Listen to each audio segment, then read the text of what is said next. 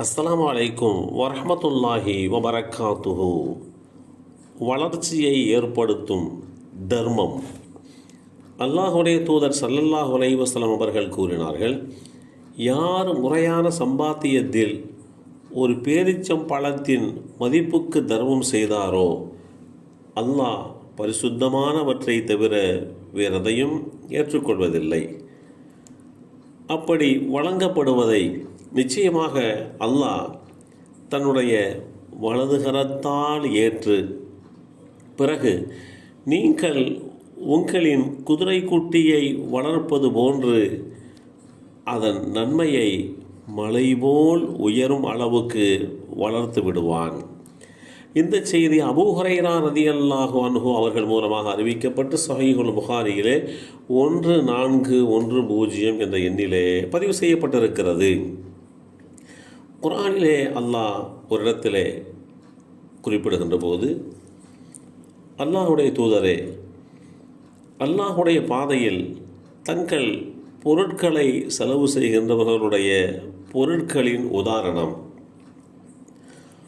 ஒரு வித்தின் உதாரணத்தை ஒத்திருக்கிறது. அந்த வித்து 7 கதிர்களை தந்தது. ஒவ்வொரு கதிரிலும் 100 வித்துக்கள் ஆக 700 வித்துக்கள் அந்த ஒரு வித்திலே இருந்து உற்பத்தியாயின. அல்லாஹ் தான் விரும்பியவர்களுக்கு இதை மேலும் இரட்டிப்பாக்குகிறான். காரணம், அல்லாஹ் வழங்குவதில் மிக விசாலமானவன், நன்கறிந்தவன். அல் குர்ஆன் அத்தியாயம் 2 சூரத்துல் பக்கரா வசனம் 261 இந்த செய்தி தெளிவுபடுத்தப்பட்டிருக்கிறது.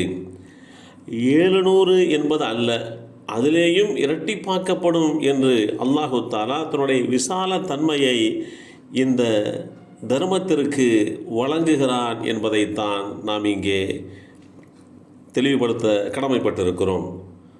நிச்சயமாக ஆண்களிலோ பெண்களிலோ எவர்கள் தான தர்மம் செய்து அழகான முறையில் அல்லாஹ்வுக்காக பிறருக்கு கடன் கொடுக்கிறார்களோ அவர்களுக்கு அது பன்மடங்காக்கப்படுகிறது.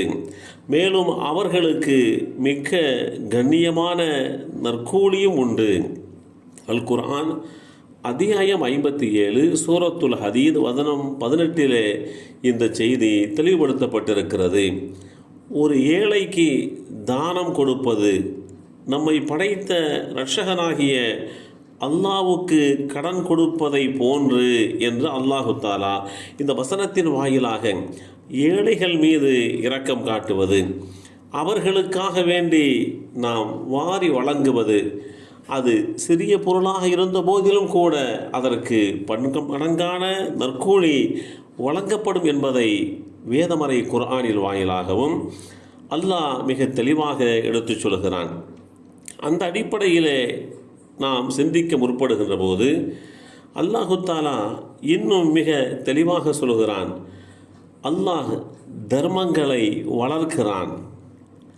அல் குர்ஆன் அத்தியாயம் 2 சூரத்துல் பக்கரா வசனம் 276 குறிப்பிட்டிருக்கிறான்.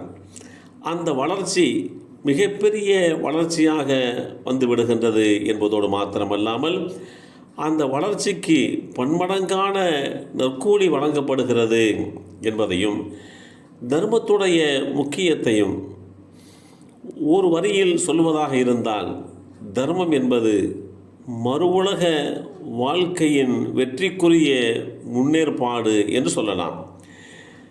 இப்படியான தர்மத்தை செய்வதற்குரிய சந்தர்ப்பம் நமக்கு எப்போதும் கிடைத்து கொண்டே இருக்காது. இதை மனதில் கொண்டு அதற்கான வாய்ப்புகள் கிடைக்கின்ற போது சரியாக பயன்படுத்தி கொண்டு வாழ முற்பட வேண்டும். எல்லாம் வல்ல அல்லாஹு தஆலா நம்முடைய பொருளாதாரத்தில் வளர்ச்சி ஏற்படும் முகமாக நம்முடைய தர்மங்களை உருவாக்கி தந்தல் புரிவானாக. அஸ்ஸலாமு அலைக்கும் வரஹ்மத்துல்லாஹி வபரகாத்துஹு.